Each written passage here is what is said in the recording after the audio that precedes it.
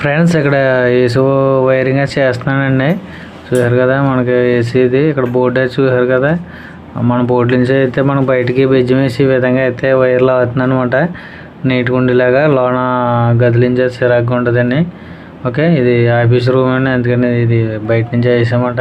చూసారు కదా ఇక్కడ అయితే మనం పైపోవడం ఇక్కడ పడిపోయిందండి. ఇక్కడ టీ బండి వేసి కిందకి ఎత్త పైపు అనేది కిందకి లాగాం. ఎత్త వైర్ కింద లాగా ఉండి కింద ఎత్త పైపు అనేది వేసామాట. ఏసీ కంపల్సరీ ఎత్త అనేది వాడాలండి.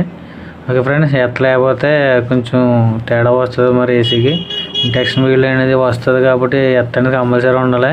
ఈ విధంగా అయితే వెనక నుంచి తీసుకెళ్ళాను. మనకి ఎంసీపీల దగ్గరికి తీసుకెళ్ళానమాట, మెయిన్ కంట్రోల్ కాడికి. వైరింగ్ అనేది బయట నుంచి లాగానమాట, లోన్ నుంచి సరిగ్గా లేకుండా. చూసారు కదా ఇక్కడికి అయితే తీసుకొచ్చాను. చూసారు కదా ఇప్పుడు ఏంటంటే ఈ ఎంసీపీలో అనేది కలపాలి.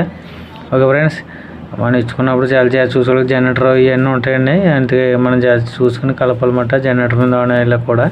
ఓకే, చూసారు కదా జనరేటర్ ఇది 10 kV అండి. ఇది జనరేటర్ వచ్చి మనకి.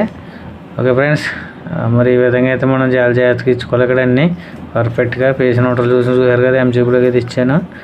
ఓకే, మరి ఈ విధంగా చేయడం జరిగింది. అలాగే చూసారు కదా మన వీడియో కూడా సపోర్ట్ చేసి చూసారు కదా. ఇప్పుడైతే సప్లై ఇచ్చామండి.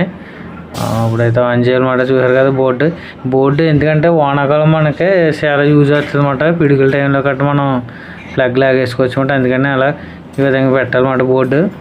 చూసారు కదా ఆన్ చేసాను. అలాగే ఇండికేటర్ కూడా పెట్టానమాట. సప్లై వచ్చిందో తెలుస్తుంది మనకి, ఆన్ అయిందో లేదో. ఓకే ఫ్రెండ్స్, మన ప్లగ్ సిస్టమ్ అని చేసుకోవాలి ఏసీకి. ఓకే.